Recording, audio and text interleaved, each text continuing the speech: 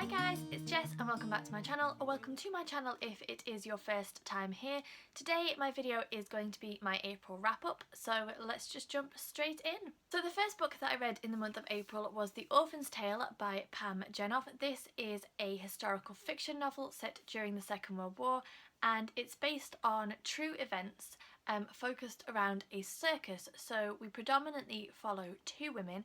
The first is a woman called Astrid, who is from a circus family, but she leaves the circus behind and goes to marry a German soldier, but then she has to return to the circus when the Nazis take control because she is a Jew, and the circus help to hide her and her Jewish heritage.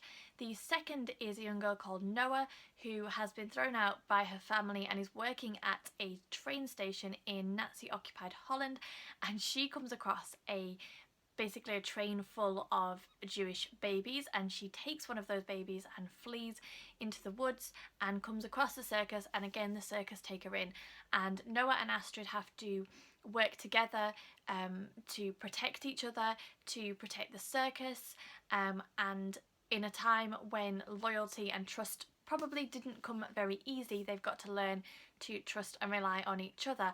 I really enjoyed this. It's not a big book by any means. I thought that it was a really quick read. It really sucked me in, and I found it really fascinating to discover a part of the story of the Second World War that I hadn't come across before. So I think I gave this 4 or 5 stars. I really enjoyed it. Next is a book which I definitely gave 5 stars to, and that is The Shadow of the Wind by Carlos Ruiz Zafón. This book was not at all what I was expecting. I had heard so many people raving about it, and I tried as much as possible to avoid too many spoilers, but somehow I think I just got the wrong end of the stick or had the wrong expectations when it came to what this book was actually about. This is an historical fiction novel. It's set in Barcelona at the end of the Spanish Civil War. I think I'm correct in saying in the 1950s, and it's about a boy called Daniel who is taken by his father when he's 10 years old to a library called the Cemetery of Forgotten Books, and his father says to him, pick any book. So he picks a book called The Shadow of the Wind. And then subsequently discovers that somebody is systematically going around and taking and burning every copy of the author's work. So Julian Carax, who wrote The Shadow of the Wind, somebody is destroying all the books that Julian Carax ever wrote. So this is kind of a mix of an historical fiction novel, and there is a lot of detail about Barcelona at this time, about how the effects of the Spanish Civil War affected the people of Barcelona. But mixed into that is also a mystery element about who this author was, what his backstory was, and Daniel kind of goes on this journey throughout his teenage years and into early adulthood, discovering who exactly Julian Carax was. And there are a lot of parallels between Daniel's life and Julian Carax's life. By way of plot, there wasn't that much. I thought for the size of the book it was a little slow in places, but I just really enjoyed the beautiful writing style that Carlos Ruiz Zafón had. I felt like I went on a real journey with Daniel. I could really imagine myself wandering the streets of Barcelona, and Barcelona is one of my favourite cities in northern Spain. So I just really appreciated the setting of the book as well. And yeah, I've heard people say that it's a book for people who love books, and I do think that you need to have a love of literature to connect with Daniel in that way, but I just think that if you like historical mystery books, then you'll probably also really enjoy this one. Then I read Hidden Figures by Margot Lee Shetterly. This is the story of the black women who helped America win the space race, basically, and I picked this book up because I saw the trailer for the movie. You can see that's the movie cover on the front, and I thought that it looked incredible, but I really wanted to read the book before I then watched the film. And I enjoyed this book. However, and this is a big however, it has clearly been written by an academic and not by an author, and there is a whole heap of mathematical and scientific information in here that just rocketed sky high above my head. I just had no idea what she was on about, and it was a real shame because it meant that I thought that the book was a real trog, and that I had to really force myself to pick it up and read it. But the actual stories about these women and their lives and the inroads and the differences that they made for black women and the black community, but also for women in general in the sphere of maths and science, is huge, and it was so interesting. But you just have to wade through a whole load of technical detail to unearth that story, which I thought was a real shame. But having said that, I think that it will give me a deeper understanding of the story when I finally watch the film, because I'm sure that the film has probably not gone into as much detail as there is contained in this book. So I think I gave it 3 or 4 stars, mostly because I really enjoyed unearthing a part of history that I've not come across before, and I thought that it was really inspiring to read about these women, less so for the mathematical and technical detail that was in this book. And I think that unless you are mathematically minded, you'll probably do what I did and skim read a lot of those bits and kind of try and find the human story contained within. But I did enjoy it, and I think that if you haven't watched the film yet and you wanted to give the book a go, then there's no harm in doing so.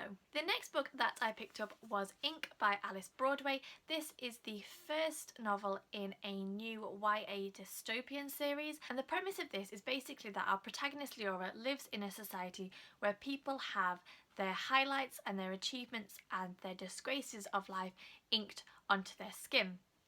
So there are 2 strands of society. You have those who are inked and you have those who have no ink, and they are known as blanks, and they are kind of the enemy in this society. So we begin the book with Leora's father passing away, and a secret kind of comes to light that there is something wrong about her father's story.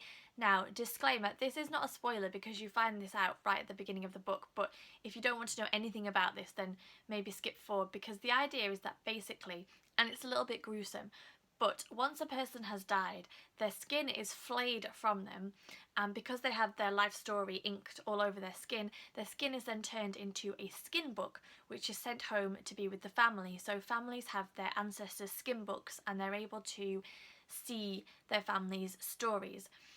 Now, Leora is a reader, which means that she can read people's tattoos and read what they mean, but she also is training to be an inker, which means that she is the one that puts the ink onto the skin.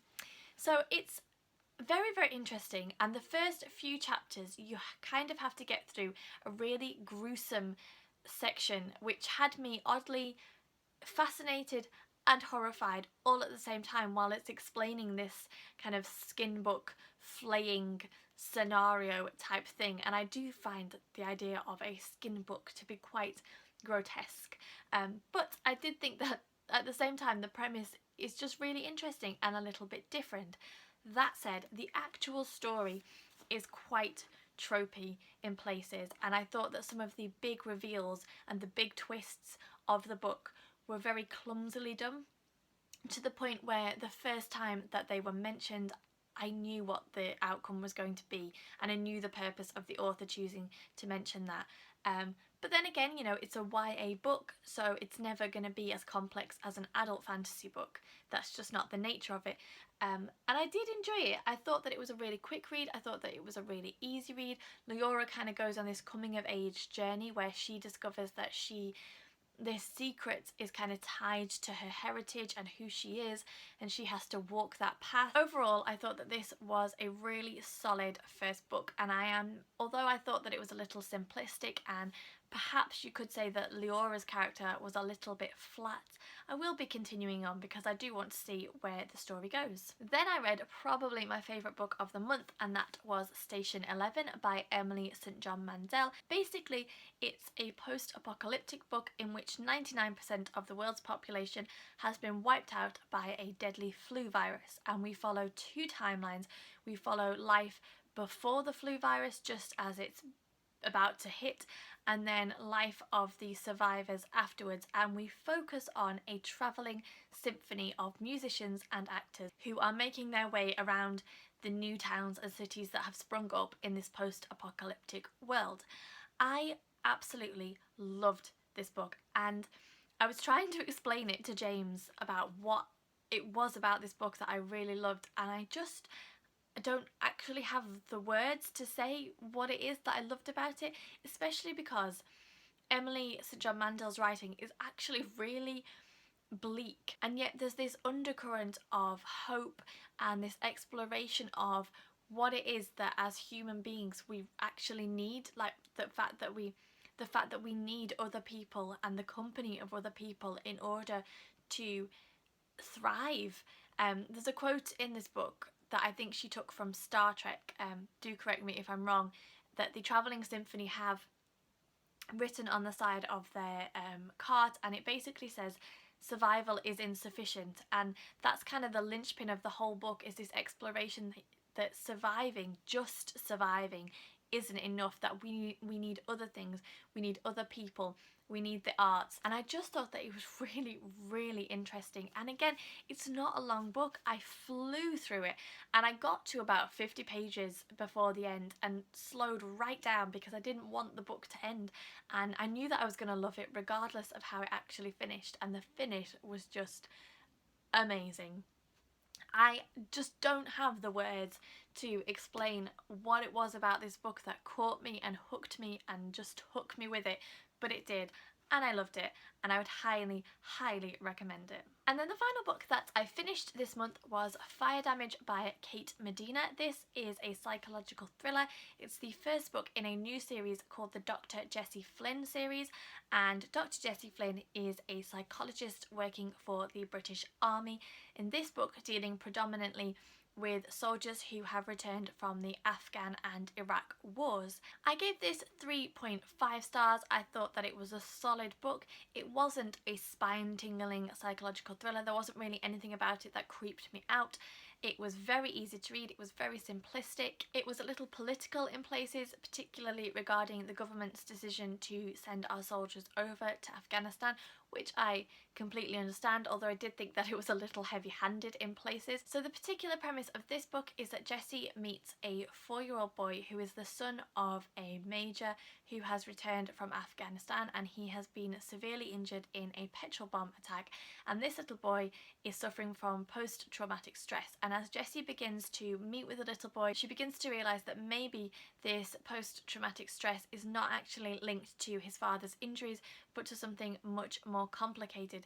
Then you also have the strand that Jessie is also dealing with her own demons, in particular the death of her brother when he was 7 years old, and on top of that there is another strand of the story where a burnt body, washes up on the Sussex shore, and somehow all these different stories are all interconnected. Again, I thought that it was a little tropey in places, in that Jessie is battling her own demons, and I thought that it became quite obvious early on how the 3 stories were going to be connected. As I said, it was a really solid thriller. It didn't give me spine tinglings, which was not necessarily a bad thing because I don't really like being super creeped out, and I will be continuing on with the series because I did think that it was quite an interesting read. So there you go, they are the books that I read in the month of April. Do leave me a comment in the comment box down below letting me know any books that you read and enjoyed in the month of April. As always, thank you for watching. Don't forget to give me the thumbs up and subscribe to my channel for more content, and I will see you all soon.